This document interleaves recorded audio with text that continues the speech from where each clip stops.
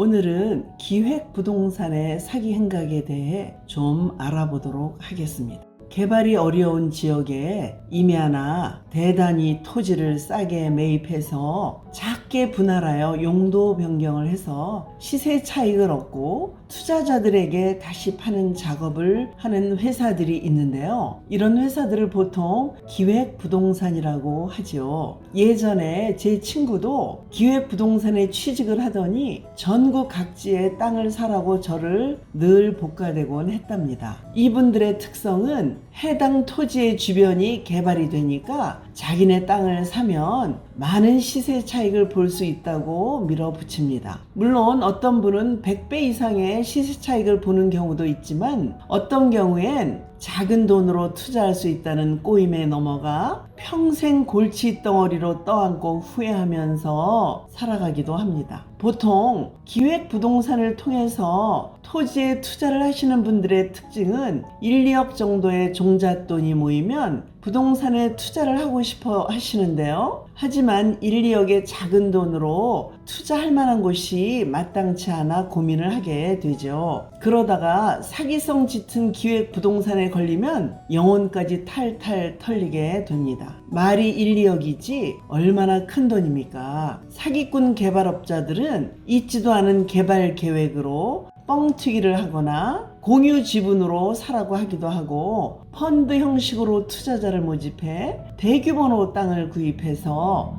분할을 해서 팔게 되면 큰 수익을 얻을 수 있다고 사람들을 불러 모읍니다. 입담 좋은 업자들의 사탕발림에 넘어가 돈을 넣는 순간부터 고생문이 고속도로처럼 펼쳐지기도 하지요. 물론 정직한 개발업자분들 덕분에 부자가 된 분들도 제 주변에는 계신데요. 평창 올림픽이 열리기 전 토지에 투자하셔서 수백억 자산가가 되신 분도 계십니다. 하지만 사기꾼 업자들은 모든 수단과 방법을 가리지 않고 밀어붙이는데요. 그런데 그거 아시나요? 토지를 분할하려면 최소 면적이라는 게 있습니다. 용도 지구에 따라 최소 면적으로 분할할 수 있는 범위가 조금씩 다른데요. 그리고 토지 분할을 할 수 없는 경우도 있습니다. 토지 분할이 가능한 경우는 첫 번째, 소유권 이전 또는 매매로 인해 필요한 경우, 두 번째, 일필지의 일부가 형질 변경 등과 같은 이유로 용도가 변경이 된 경우, 세 번째, 토지 이용상 불합리한 지상 경계를 시정하기 위한 경우입니다.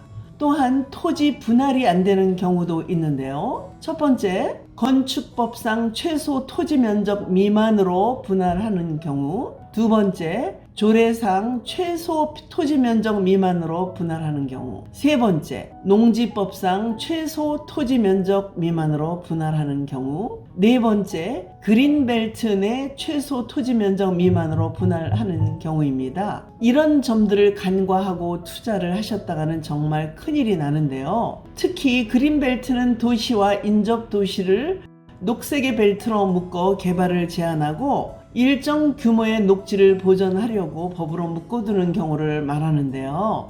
일부 권력가들과 자본가들이 짝짝꿍이 되어 그린벨트를 해제해서 자기들의 이속을 챙기기도 하지요. 그린벨트 땅이 변경되기 전에 미리미리 사두었다 큰 돈을 챙겨갑니다. 그래서 나중에 결국은 쇠고랑을 차는 경우도 우리가 종종 봅니다.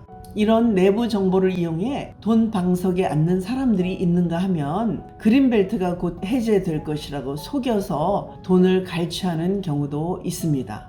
이렇다 보니 적은 돈으로 최소 면적이라도 사보려고 투자자들과 공동 지분으로 구입을 하는 경우도 생기게 되는데요. 적은 돈으로 투자할 수 있다는데 마음이 쏠려 투자를 했다가 개발이 지연되거나 건축 제한에 걸린다거나 예상치 못한 난관에 부딪힐 경우도 생깁니다. 펀드를 모집하여 투자자들을 모으는 경우라면 서로 얼굴도 모르고 법적으로 얽혀서 복잡해지기도 하는데요. 단독으로 투자를 했다면 흥하든지 망하든지 혼자만의 시간들을 견디다 보면 해결이 되기도 하겠지만 공동 소유의 경우 마음고생은 더해진답니다.